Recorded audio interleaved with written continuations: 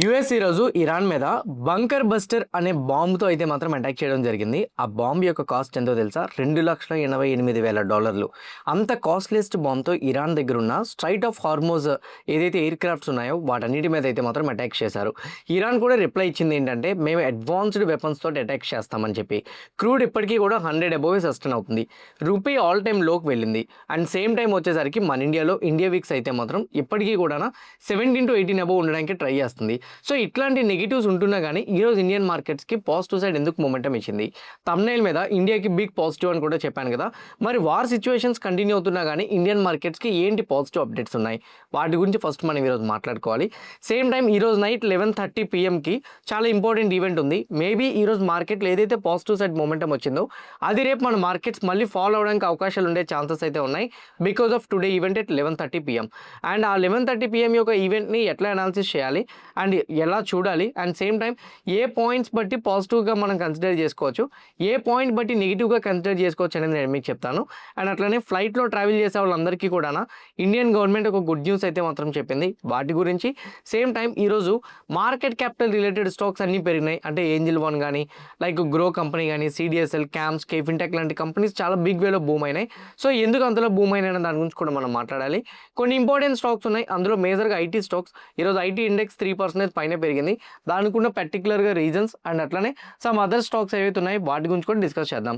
నేను ఇప్పుడు చెప్పిన ఈ ఇంట్రో పాయింట్స్ ఏవైతే ఉన్నాయో వీటన్నిటిని కనెక్ట్ చేసి వీడియో రూపంలో మీ ముందు తెచ్చి పెడతాను. బట్ పాయింట్ ఏంటంటే, మీ అందరికి నేను రిక్వెస్ట్ చేసేది ఒకటే, మీరు ఏ పాయింట్ ఆఫ్ వ్యూ అయినా కానీ వీడియో చూస్తునేటప్పుడు నేను మా టీం మీకు ఎఫర్ట్స్ పెట్టామని అనిపిస్తే జస్ట్ వీడియోని లైక్ చేయండి. ఛానల్ని ఇంకా సబ్స్క్రైబ్ చేసుకోకుండా వీడియో చూస్తూ ఉంటే ఛానల్ కూడా సబ్స్క్రైబ్ చేసుకోండి. ఇదే వీడియో మీ ఫ్రెండ్స్ ఆర్ మీ రిలేటివ్ షేర్ చేస్తే హెల్ప్ అవుతుంది అనుకుంటే వాళ్ళు కూడా షేర్ చేయండి. నా without any delay let's get into our daily market report. ఈరోజు ఓవరాల్గా మార్కెట్స్ ఎలా క్లోజ్ అయ్యాయన్న దాని గురించి చూసుకుంటే, నిఫ్టీ 0.83% పాజిటివ్గా క్లోజ్ అవ్వడం మనం చూసాం. సెన్సెక్స్ 0.83% పాజిటివ్గా క్లోజ్ అయింది. బ్యాంక్ నిఫ్టీ 0.82, ఫిన్ నిఫ్టీ 0.79% పాజిటివ్గా అయితే మాత్రం మూవ్ అయితే, మిడ్ అండ్ స్మాల్ క్యాప్స్లో mid cap 1.92% higher side momentum ఇస్తే, స్మాల్ క్యాప్ ఏమో 1.67% హయ్యర్ సైడ్ మూవ్ అయింది. ఓవరాల్గా చూసుకుంటే మేజర్ ఇండైసెస్ అన్నీ కూడా హయ్యర్ సైడ్ మూవ్ అయినాయి. ఇండియా విక్స్ అయితే మాత్రం 5.39% అయితే మాత్రం ఈరోజు మనకి లోవర్ సైడ్ వచ్చింది. ఓవరాల్గా ఇండియా విక్స్ చూస్తే 18.72 దగ్గర ఉంది. మీ అందరికీ తెలుసు విక్స్ లెస్ దాన్ 15కి వచ్చినప్పుడు మార్కెట్లో ఒక స్ట్రాంగ్ బుల్లిష్ మూమెంటం కనపడుతుందని. కానీ నిన్న ఈరోజు కలిపి విక్స్ అప్రాక్సిమేట్లీ 20% వరకు నెగిటివ్ సైడ్ క్రాష్ అయితే వచ్చింది. ఓవరాల్గా డేటా చూసుకుంటే మాత్రం మార్కెట్స్ అయితే మెయిన్ ఇండెక్సెస్ అన్నీ కూడా పాజిటివ్గా క్లోజ్ అవ్వడం మనం చూడగలిగాం. ఇప్పుడు ప్రెజెంట్ రైట్ నౌ కొన్ని వార్ అప్డేట్స్ గురించి మాట్లాడదాం. టెక్నికల్ అనాలిసిస్ కూడా న్యూస్ అప్డేట్స్ చెప్పేసాకే చెప్తాను, ఓకేనా? అంటే ఫ్లోలో వెళ్ళిపోతుందని. As of now global markets పరంగా చెక్ చేసుకుంటే డవ్ ఫ్యూచర్స్ అయితే 190 పాయింట్ పాజిటివ్లో ట్రేడ్ అయితే, నాస్డాక్ ఏమో 120 పాయింట్ పాజిటివ్లో ట్రేడ్ అవుతుంది. యూరోపియన్ మార్కెట్స్ కూడా పాజిటివ్లోనే ట్రేడ్ అవుతున్నాయి. ఇండియన్ రూపీ 92.7కి వెళ్ళింది, which is an all time low. ఇంత ఆల్ టైమ్ లోకి వెళ్ళడం అనేది మార్కెట్స్కి కొంచెం నెగిటివ్ సినారియోగానే మనం తీసుకోవచ్చు. అండ్ ఇంకోటి ఏంటంటే, కమ్యూనిటీస్ పరంగా చూస్తే క్రూడ్ ప్రైస్ ఆల్మోస్ట్ 104.26కి వెళ్ళింది. అండ్ సేమ్ టైం 94.6కి కూడా ఇప్పుడు present right now crude oil WTI trade అవుతుంది. ప్రెజెంట్ మనం క్రూడ్ ఆయిల్ని చూసుకున్నా, ఇండియన్ రూపీని చూసుకున్నా మన మార్కెట్స్కి అది నెగిటివే. ఎందుకంటే రూపీ వీక్ అవుతుందంటే FIS ఒక సెల్లింగ్ నెంబర్ ఇంకా పెరగడానికి అవకాశాలు ఎక్కువగా ఉంటాయి. క్రూడ్ ప్రైస్ పెరిగింది అని అంటే మాత్రం మోస్ట్లీ మనకి ఇన్ఫ్లేషన్ పరంగా ఇంపాక్ట్ పడే అవకాశాలు కూడా ఎక్కువగా ఉంటాయి. ఈ రెండు కూడా యాజ్ ఆఫ్ నౌ అయితే మాత్రం నెగిటివ్. అయితే ఇంత నెగిటివ్ పాయింట్స్లో మార్కెట్స్ పాజిటివ్గా మూవ్ అవడానికి కొన్ని పాజిటివ్ ఎక్స్పెక్టేషన్స్ కనపడుతున్నాయి. అవి నేను మీకు చెప్తాను. బేసిక్గా నెగిటివ్ ఎందుకు? క్రూడ్ యాజ్ ఆఫ్ నౌ అయితే మాత్రం స్ట్రైట్ ఆఫ్ హార్మోజ్ నుంచి ఎక్కడ పాసేజ్ అవ్వదేమో అనే రీజన్ తోటి క్రూడ్ ప్రైస్ అనేది పెరిగిపోతుంది. క్రూడ్ ప్రైస్ పెరిగిపోతునేటప్పుడు మన ఇండియా పరంగా ఎక్కువ కాస్ట్ పెట్టి కొనుక్కోవాల్సి వస్తుంది, first one. Second one, straight of Hormuz నుంచి నాట్ ఓన్లీ క్రూడ్, మనం LPG కూడా సప్లై చేసుకుంటాం. ఈ LPG అనేది క్రూడ్ అంటే రష్యా దగ్గర నుంచి అదర్ కంట్రీస్ నుంచి మనం తెచ్చుకోవడానికి అవకాశాలు ఉన్నాయి. కానీ ఈ LPG సప్లై మాత్రం మనం ఎక్కువగా కటార్ లాంటి మేజర్ కంట్రీస్ నుంచే మనం తెచ్చుకుంటున్నాం. మేబీ ఇప్పుడు ప్రెజెంట్ రైట్ నో అది ఇంకా స్టాప్ అయ్యి ఉంటే ఇండియాలో చాలా బిగ్ ఇంపాక్ట్స్ అనేవి కనపడతాయి. అయితే యాజ్ ఆఫ్ నౌ ఇండియా అయితే మాత్రం గత 4 రోజుల నుంచి ఇరాన్ వాళ్ళతో డిస్కషన్స్ చేసుకుంటుంది. ఇక్కడ మీరు చూడండి అప్డేట్స్ ఏమొచ్చినాయి అనేది. ఈరోజు మార్నింగ్ ఇరాన్ వాళ్ళు అయితే మాత్రం న్యూ రూల్స్ని అయితే మాత్రం పెట్టారు. ఆ రూల్స్ ఏంటో తెలుసా? స్ట్రైట్ ఆఫ్ హార్మోజ్ నుంచి US and same time US రిలేటెడ్గా అంటే యుఎస్కి సపోర్ట్ చేసే కంట్రీస్, గల్ఫ్ కంట్రీస్ రిలేటెడ్ ఏమైనా కానీ ఉన్నా, ఇజ్రాయెల్ రిలేటెడ్ ఏమైనా ఉన్నా కానీ మేము షిప్స్ని అయితే మాత్రం పాసెస్ చేయం. ఇండియాకి, పాకిస్తాన్కి, టర్కీ లాంటి మేజర్ దేశాలు ఏవైతే ఉన్నాయో వాటికైతే మాత్రం ఆయిల్ పంపించడానికి మేము సిద్ధమవుతున్నామని చెప్పారు. అంటే వాళ్ళు పెట్టిన రూల్స్ ప్రకారంగా ఇండియా, పాకిస్తాన్, టర్కీ లాంటి దేశాలు ఈ యుద్ధంలో లేవు. సో అందుకే వాళ్ళకి మేము సహాయం చేయడానికి ముందుకు వస్తున్నాం. సో స్ట్రైట్ ఆఫ్ హార్మోజ్ నుంచి అయితే మాత్రం యాజ్ ఆఫ్ నో మేమైతే వాళ్ళ షిప్స్ అయితే మాత్రం పాసేజెస్ని కంటిన్యూ చేస్తామని ఒక శుభవార్త అయితే చెప్పారు. యాజ్ ఆఫ్ నౌ క్రూడ్ అస్సలు రాకుండా ఉండేది, ఎల్పిజి కంప్లీట్గా షార్టేజ్ ఉండే టైంలోని ఎంతో కొంత ఎల్పిజి కానీ మన ఇండియాకి సప్లై అవుతుంటే కొంత అయినా సరే ఇప్పుడు present right now supply disruption ఏదైతే ఉందో దాన్ని కంట్రోల్ చేయొచ్చు. ఫస్ట్ వన్, మార్కెట్స్ పాజిటివ్గా రియాక్ట్ అవ్వడానికి ఇదే పాయింట్ అనేది నా ఒపీనియన్. ఎందుకంటే మార్కెట్స్ టెక్నికల్గా ఓవర్గా మార్కెట్లో ఫాలో అయ్యి ఉన్నా కానీ ప్రజెంట్ రైట్ నో న్యూస్ పరంగా చెక్ చేసుకుంటే ఇష్యూస్ సార్ట్అవుట్ అవుతున్నాయి అనుకునేటప్పుడే అంత బిగ్ షార్ట్ కవరింగ్ అనేది కనపడుతుంది. ఇప్పుడు ఆ షార్ట్ కవరింగ్ అంత బిగ్ వేలో కనిపించడానికి రీజన్ కూడా వన్ ఆఫ్ ద రీజన్, అన్ని రీజన్స్ అని చెప్పట్లే, వన్ ఆఫ్ ద రీజన్ అయితే మాత్రం ఇది. ఎందుకంటే ఇండియా షిప్స్ని as of no strait of Hormuz నుంచి కంటిన్యూ చేస్తున్నాం అని చెప్పడం అనేది పాజిటివ్నే.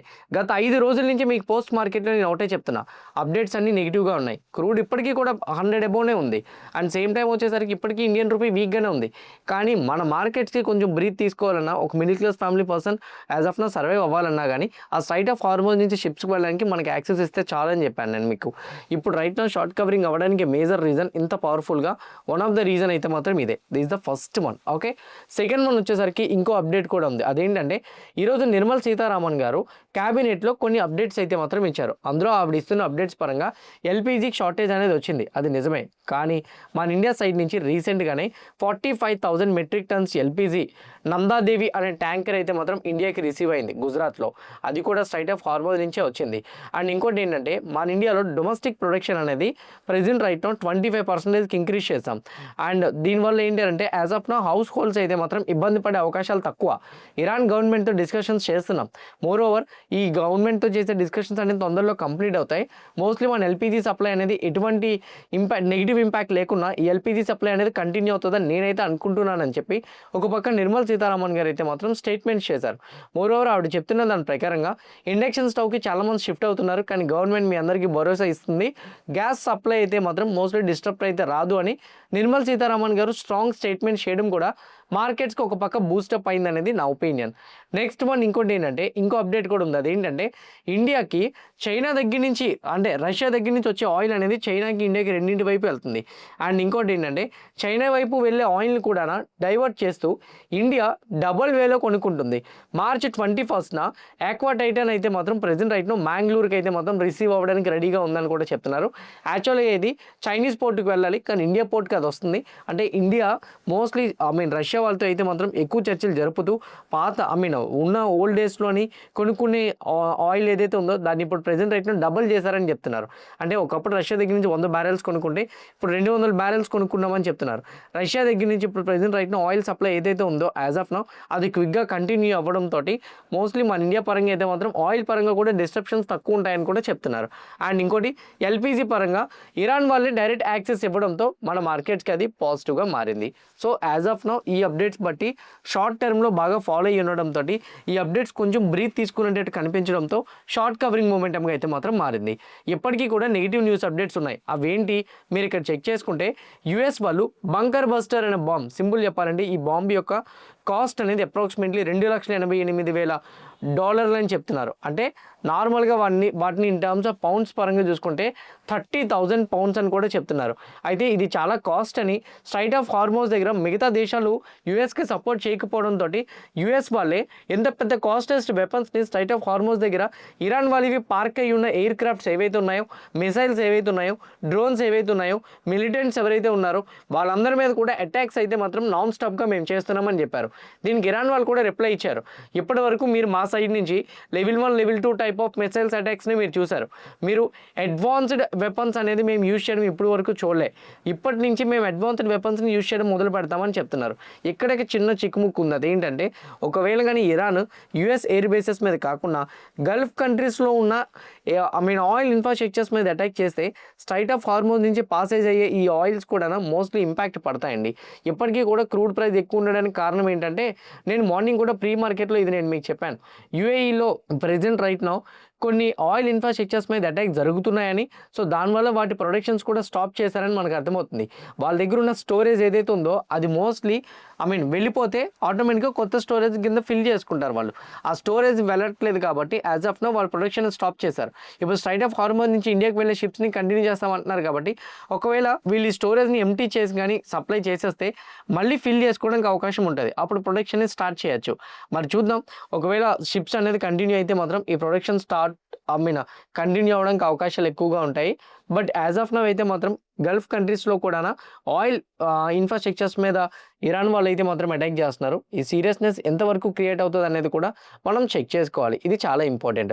నా ఓవరాల్ అప్డేట్ పరంగా మాట్లాడుకుంటే ఏంటి ఇప్పుడు present right now as of now అయితే ఇండియా పరంగా ఎకానమిక్ సపోర్ట్ రావడం కోసం డెసిషన్స్ ఇండియా గవర్నమెంట్ తీసుకుంటున్నవి అయితే మార్కెట్ పాజిటివ్ ఒపీనియన్లో చూస్తుంది.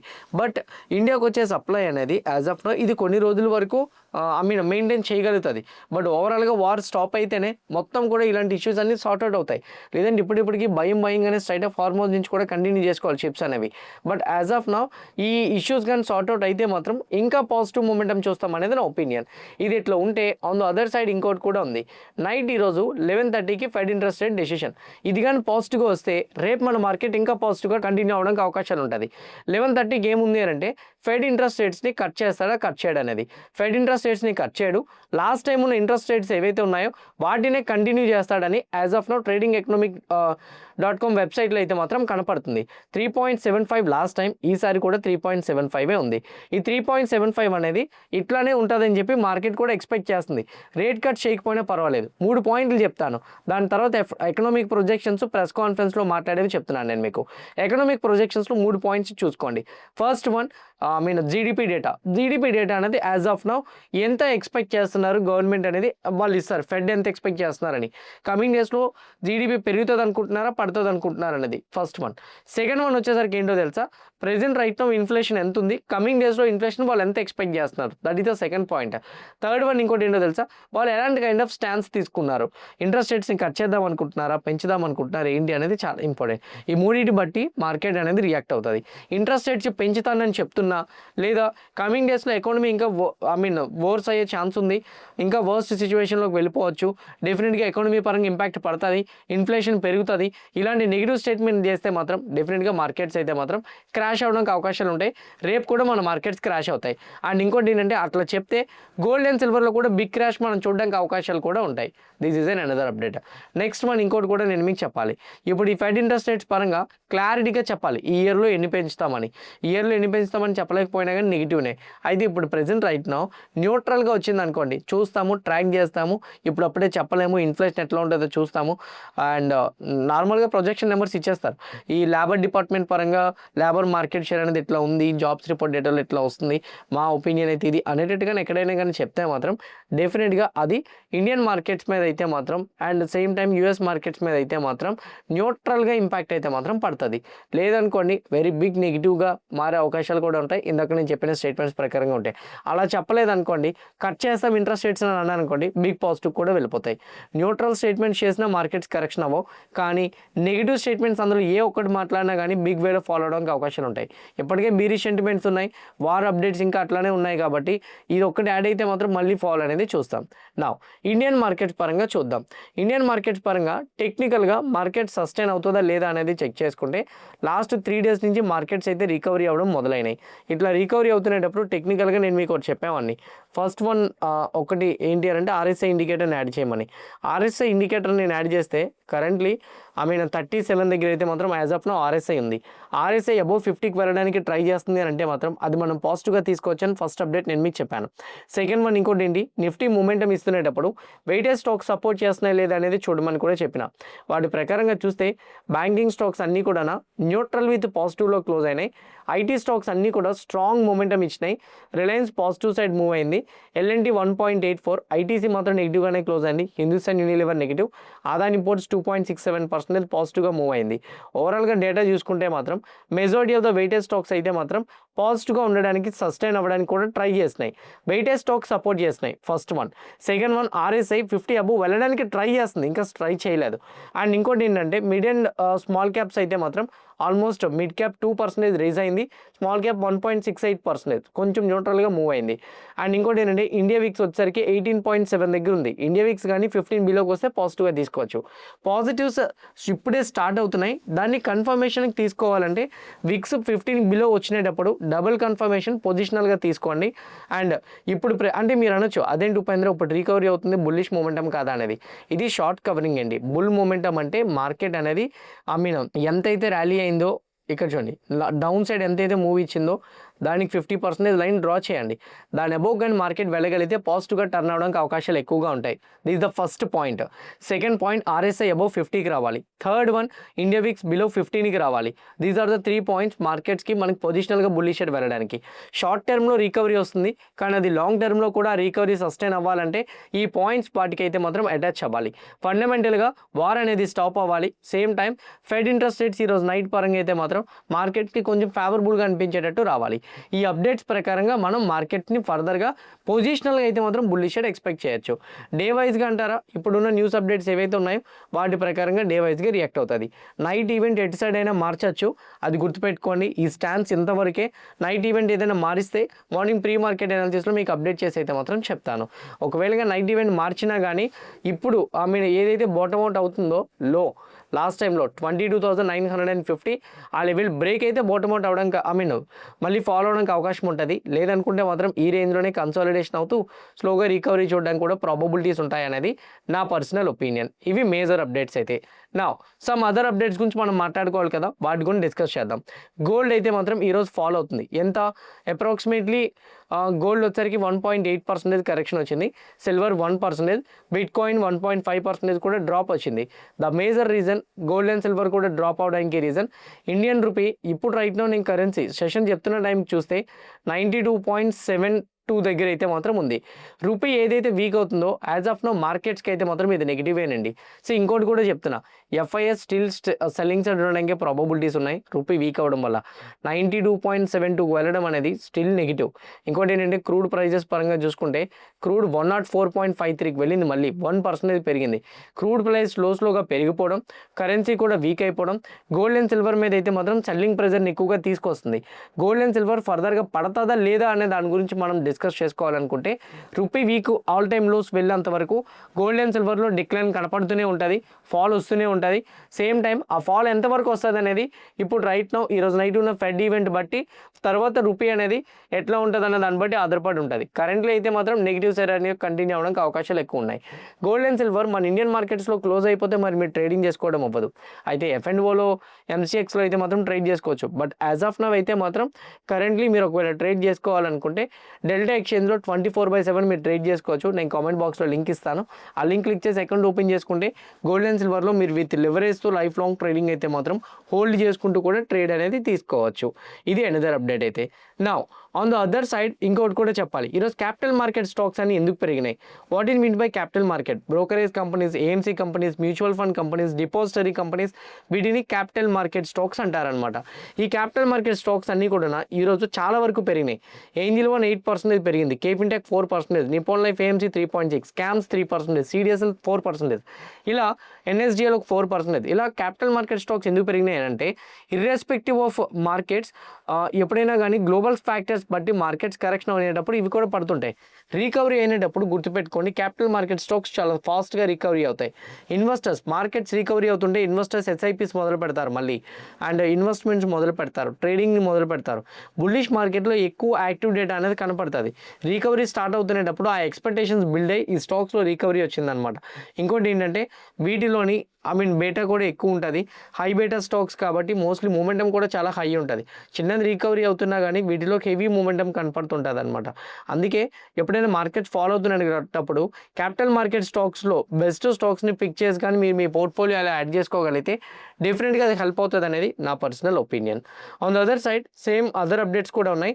ఫ్లైట్లో ట్రావెల్ చేసే వాళ్ళకి ఇంపార్టెంట్ అన్నాను కదా, ఈరోజు ఇండియన్ గవర్నమెంట్ ఒక న్యూస్ అయితే చెప్పింది. ఫ్లైట్లో సీట్స్ బుక్ చేసుకునేటప్పుడు చాలా సీట్స్ లైక్ విండో సీట్స్ కానీ క్యాన్సిల్ చేసుకుంటున్న టైంలోని, లేకపోతే వాళ్ళు క్యాన్సిల్ చేసినా కానీ, లేకపోతే రీస్కెడ్యూల్ చేసుకుందాం అనుకున్న టైంలోని కాస్ట్ పెరిగిపోతాయి కదా. ఇక మీద 60% ఆఫ్ ద సీట్స్కి అయితే మాత్రం కాస్ట్ పెట్టకూడదని ఇండియన్ గవర్నమెంట్ అయితే మాత్రం డెసిషన్ తీసుకొచ్చింది. ఇదైతే మాత్రం పాజిటివ్గానే తీసుకోవచ్చు. బట్ కాకపోతే ఇండియన్ ఏవియేషన్ కంపెనీస్కి అయితే మాత్రం లిటిల్ బిట్ ఇంపాక్ట్ పడుతుంది. బట్ స్టిల్ ఇప్పటికీ ఈ అప్డేట్ వల్ల సేల్ ఇంకా పెరుగుతుందనే పాజిటివ్ ఎక్స్పెక్టేషన్స్తో ఇండిగో లాంటి కంపెనీస్ కొంచెం పాజిటివ్ సైడ్ అయితే మాత్రం రికవరీ వచ్చినాయి. నా ఇంపార్టెంట్ స్టాక్స్ గురించి మాట్లాడుకుంటే ఫస్ట్ వన్ ఎంసీఎక్స్ ఈరోజు 2.5% నెగిటివ్ సైడ్ కరెక్షన్ అయితే వచ్చింది. ఎంసీఎక్స్ 2.5% నెగిటివ్ సైడ్ కరెక్షన్ రావడానికి ఫస్ట్ రీజన్ ఏంటి అని అంటే ఎన్ఎస్సి వాళ్ళు ఒక న్యూ ట్రేడింగ్ని అయితే మాత్రం స్టార్ట్ చేశారు. సింపుల్ చెప్పాలంటే ఎన్ఎస్సిలో ఇక మీద మనం గోల్డ్లో ట్రేడింగ్ అనేది చేసుకోవచ్చు. గోల్డ్లో ట్రేడింగ్ కూడా 10% మార్జిన్తోనే. ఇప్పుడు ఎంసీఎక్స్లో మీరు గోల్డ్లో ఒక లాట్ బై చేయాలంటే 50,000 అవుతుంది. ఇప్పుడు వీళ్ళు 10% మార్జిన్ 5,000తోనే స్టార్ట్ చేస్తామని చెప్తున్నారు. ఇంకోటి ఏంటంటే గోల్డ్లోని ప్రెజెంట్ రైట్ నో వీళ్ళు ఎలక్ట్రానిక్ రూపంలో అయితే మాత్రం తీసుకొస్తామని కూడా చెప్తున్నారు. యాజ్ ఆఫ్ నో గోల్డ్లోని ఏదైతే వీళ్ళు ఎలక్ట్రానిక్ రూపంలో తీసుకొస్తామంటున్నారో అది పాజిటివ్గా కూడా తీసుకోవచ్చు. ఎలక్ట్రానిక్ రూపం అంటే ఏంటంటే మీరు డిజిటల్గా గోల్డ్ కొనుక్కొని ఫిజికల్గా ఎప్పుడు కావాలనుకుంటే అప్పుడు కన్వర్ట్ చేసుకోవచ్చు. ఎన్ఎస్సి వాళ్ళు మీకు డెలివరీ చేస్తారు కూడా. ఇదైతే మాత్రం పాజిటివ్గానే వాళ్ళకి తీసుకోవచ్చు. ఇంకోటి ఏంటంటే వాళ్ళు చెప్తున్న దాని ప్రకారంగా ఎన్ఎస్సి వాళ్ళు gold receipts, electronic gold receipts ఇప్పుడు చెప్పాను కదా, అదే బ్రెంట్ క్రూడ్, న్యాచురల్ గ్యాస్ కాంట్రాక్ట్స్ని కూడా యాజ్ ఆఫ్ నౌ లాంచ్ చేస్తున్నామని కూడా చెప్పారు. సో దీనివల్ల ఎంసీఎక్స్కి అయితే మాత్రం కాంపిటీషన్ పెరిగి మోస్ట్లీ మార్కెట్ షేర్ తగ్గడానికి అవకాశాలు ఉంటాయి. కాబట్టి ఎంసీఎక్స్ స్టాక్లో 2.5% కూడా డ్రాప్ అయింది. ఎన్ఎస్సి వాళ్ళకి సెబీ దగ్గర నుంచి అప్రూవల్ వచ్చిందని, సూన్ వాళ్ళ యొక్క ఐపీఓ అప్డేట్స్ కూడా ఇస్తామని కూడా చెప్తున్నారు. వీటన్నిటి వల్ల ఎంసీఎక్స్ స్టాక్లో ఈరోజు డిక్లేర్ అయితే మాత్రం వచ్చింది. IT stocks higher side momentum ఇచ్చినాయి కదా, దానికి రీజన్ సిఎల్ఎస్ఏ వాళ్ళు ఈరోజు ఐటీ కంపెనీస్తో అయితే మాత్రం మాట్లాడడం జరిగింది. వాళ్ళతో మాట్లాడిన దాని ప్రకారంగా ఆంథ్రోపిక్ కంపెనీ అండ్ అట్లనే ప్రెజెంట్ రైట్లో ఉన్న ఐటీ ఫియర్ ఏదైతే ఉందో ఏఐ ఫియర్, వీటి వల్ల ఐటీ కంపెనీస్కి అయితే మాత్రం రెవెన్యూ తగ్గదని and revenue as of now అట్లానే కంటిన్యూ అవుతుందని, ఈ మిడిల్ ఈస్ట్ టెన్షన్స్ వల్ల మేబీ సింగిల్ డిజిట్ వాటి మీద కూడా సింగిల్ డిజిట్ రెవెన్యూసే ఉన్నాయంట మిడిల్ ఈస్ట్ కంట్రీస్తో. సో బట్ కాకపోతే గ్లోబల్ పరంగా ఎంతో కొంత ఇబ్బంది అనేది క్రియేట్ అవుతుంది. కాబట్టి ఐటీ కంపెనీస్ మీద అదొకటే నెగిటివ్ ఉండొచ్చు, కానీ ఈ ఆంథ్రోపిక్ వల్ల లేకపోతే ఏ రిలేటెడ్ ఫియర్ వల్ల అయితే మాత్రం ఐటీ స్టాక్స్ కరెక్షన్ అయినా కానీ అవి ఆపర్చునిటీకే వస్తాయి తప్ప ఫండమెంటల్గా వాటిని ఏమీ చేయలేవు అనేటట్టు సిఎల్ఎస్ఏ వాళ్ళు కూడా చెప్పారు. అంతేకాదు వాళ్ళ యొక్క టార్గెట్ ప్రైజెస్ని కూడా కోఫోర్, పెర్సిస్టెంట్ సిస్టమ్, ఎల్టీఐ మైంట్రీ, టీసీఎస్, ఇన్ఫోసిస్, టెక్ మహీంద్రా, హెచ్సిఎల్ టెక్, విప్రో లాంటి కంపెనీస్ మీద కూడా ఇంక్రీజ్ చేశారు. మేజర్గా వాళ్ళు చూపించే టాప్ 2 పిక్స్ కంపెనీస్ అయితే మాత్రం ఒకటి కోఫోర్జ్, ఇంకోటి పెర్సిస్టెంట్ సిస్టమ్ అని కూడా మెన్షన్ చేసి చెప్తున్నారు. On the other side Adani enterprises company ఈరోజు 2% మూమెంటం ఇచ్చింది. అదానీ ఎంటర్ప్రైజెస్ కంపెనీ వాళ్ళు అయితే మాత్రం as of now Jayaprakash associates అనే కంపెనీలో 14,535 crores బిడ్ చేసి ఎక్విషన్ చేసుకున్నారు. దీనికి ఎన్సిఎల్టీ వాళ్ళు అయితే మాత్రం అప్రూవ్ కూడా ఇచ్చారు. వాళ్ళు చెప్తున్న దాని ప్రకారంగా అయితే మాత్రం యాజ్ ఆఫ్ నౌ దీన్ని మేము కరెంట్లీ అయితే మాత్రం కమిటీ ఆఫ్ క్రెడిటర్స్ ద్వారా అప్రూవల్ కూడా తెచ్చుకొని ఈ ఎక్విషన్ అయితే చేసుకున్నామని కూడా చెప్తున్నారు. ఐబీసీ ప్రకారంగా అయితే మాత్రం ఈ అమౌంట్ని ఇవ్వబోతున్నామని చెప్తున్నారు. బ్యాంకుల దగ్గర అప్పులు ఉంటాయి కదా, ఈ కంపెనీకి బ్యాంకుల దగ్గర అప్పులు ఉన్నాయి. సో చాలా వీక్ కంపెనీ. సో బ్యాంకుల దగ్గర ఉన్న అప్పులన్నీ కూడా బ్యాంకులు వాళ్ళతో మాట్లాడుకొని 14,535 కోట్లు వాళ్ళకి పే చేసేటట్టు వీళ్ళు డిస్కషన్ చేసుకున్నారు. దీనివల్ల యాజ్ ఆఫ్ నౌ వీళ్ళకున్న ఈ జయప్రకాష్ అసోసియేట్స్ లిమిటెడ్ కంపెనీ ఏదైతే ఉందో ఇది వీళ్ళదే అవుతుంది. మోరోవర్ ఇంకోటి ఏంటంటే వీళ్ళు వేదాంత గ్రూప్ వాళ్ళు, దాల్మియా సిమెంట్ గ్రూప్ వాళ్ళతో అయితే మాత్రం యాజ్ ఆఫ్ నౌ అప్రూవల్స్ కూడా తీసుకున్నారని చెప్తున్నారు. 89% ఓట్ బ్యాంక్ అనేది వీరికి ఫేవరబుల్గానే వచ్చాయని చెప్తున్నారు.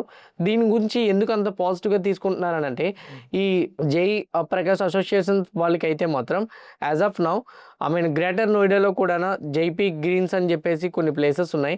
అండ్ అలానే నోయిడాలోని జైపీ గ్రీన్స్ బిస్టౌన్ అనే దాంట్లో కూడా ఉన్నాయి. అండ్ అట్లనే వీళ్ళకి ఇంటర్నేషనల్ పరంగా స్పోర్ట్స్ సిటీ కూడా ఉంది. ఇవన్నీ పరంగా ఇంటర్నేషనల్ ఎయిర్పోర్ట్ పరంగా కూడా కమింగ్ ఇయర్లో తీసుకురావాలని అనుకుంటున్నారు. అట్లాంటి కంపెనీని ఎక్విషన్ చేయడంతో అదానీ ఎంటర్ప్రైజెస్ కంపెనీ ఈరోజు హయ్యర్ సైడ్ మూమెంటం అయితే ఇచ్చింది. అర్బన్ కంపెనీ 10% పెరిగింది కదా, దానికి ఉన్న రీజన్ అర్బన్ కంపెనీ మీద సో ఎస్బీఐ మ్యూచువల్ ఫండ్స్ అయితే మాత్రం యాజ్ ఆఫ్ నో వాళ్ళ యొక్క స్టేక్ని ఇంక్రీజ్ చేసుకున్నారని చెప్తున్నారు. 632 crores ఇన్వెస్ట్మెంట్ చేశామని కూడా చెప్తున్నారు. సో దానివల్ల ఈ stock strong momentum hire side ఇచ్చిందని కూడా ఎక్స్పెక్ట్ చేస్తున్నారు. Max health care institute limited company అయితే మాత్రం 1.5% అప్సైడ్ మూమెంటం అయితే ఇచ్చింది.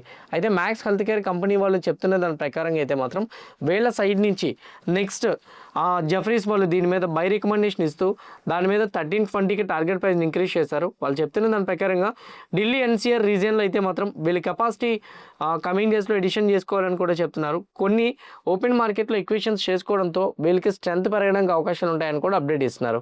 ఎల్ఎన్టీ కంపెనీ ఈరోజు 1.5% మూవ్ అయింది. దానికి గోల్డ్మ్యాన్ సాచ్ వాళ్ళు బై రికమెండేషన్ ఇస్తూ ఎర్లీగా ఇచ్చిన టార్గెట్ ప్రైస్ 4950కి 4420కి తగ్గించారు. బట్ స్టిల్ ఇప్పటికీ కూడా ఈ కంపెనీ మీద పాజిటివ్గానే డిస్కస్ చేస్తూ రెవెన్యూస్ పెరుగుతాయని, మార్జిన్ ఇంపాక్ట్స్ తక్కువగా ఉంటాయని, మీడియం టర్మ్లో కంపెనీకి మోస్ట్లీ ఫినాన్షియల్గా ప్రెజర్ పడినా కానీ లాంగ్ టర్మ్ నార్మల్ పొజిషన్కి వెళ్తుందనే పాజిటివ్ కామెంట్ చేయడంతో ఎల్ఎన్టీ కూడా హైయర్ సైడ్ మూవ్ అయింది. గోడ్రేజ్ ప్రాపర్టీస్ కంపెనీ ఈరోజు మోర్ దాన్ 4% మూవ్ అయింది. దానికి మేజర్ రీజన్ ఏంటంటే వీళ్ళు బెంగళూరులో ఉన్న ఐటీ అండ్ మేజర్ హబ్స్ ఉంటాయి కదా, అక్కడ వైట్ ఫీల్డ్ దగ్గర 20 acres ల్యాండ్ తీసుకున్నారు. ఆ ల్యాండ్ ద్వారా అప్రాక్సిమేట్లీ వీళ్ళకి రెవెన్యూ అయితే మాత్రం 1350 కోట్ల రెవెన్యూ కూడా వస్తుందని కూడా చెప్తున్నారు. దీనివల్ల ఇది పాజిటివ్గానే తీసుకోవచ్చు. హెగ్జావేర్ టెక్నాలజీస్ కంపెనీ ఈరోజు అప్సైడ్ మూమెంటం ఇవ్వడానికి ట్రై చేస్తుంది. దానికి రీజన్ హెగ్జావేర్ కంపెనీ వాళ్ళు అయితే మాత్రం agent wares enterprises agent platform అయితే మాత్రం తీసుకొచ్చారు. అందువల్ల ఈ స్టాక్లో స్ట్రాంగ్ మూమెంటం అయితే మాత్రం మనం చూడగలిగాం. ఇవి మేజర్గా ఉన్న న్యూస్ అప్డేట్స్ అయితే హోప్ క్లియర్ కట్గా నేను ఎక్స్ప్లెయిన్ చేసిన న్యూస్ అప్డేట్స్ అన్నీ మీకు హెల్ప్ అయినాయి అనుకుంటున్నా. ఎవ్రీథింగ్ హెల్ప్ అయింది, కాంటెంట్ కూడా నచ్చింది అనుకుంటే మాత్రం వీడియోని లైక్ చేయండి. ఛానల్ ఇంకా సబ్స్క్రైబ్ చేసుకోకుండా వీడియో చూస్తూ ఉంటే ఛానల్ కూడా సబ్స్క్రైబ్ చేసుకోండి. ఇదే వీడియో మీ ఫ్రెండ్స్ ఆర్ మీ రిలేటివ్ షేర్ చేస్తే హెల్ప్ అవుతుంది అనుకుంటే వాళ్ళు కూడా షేర్ చేయండి. See all tomorrow morning at 8 AM in pre-market analysis. Bye bye.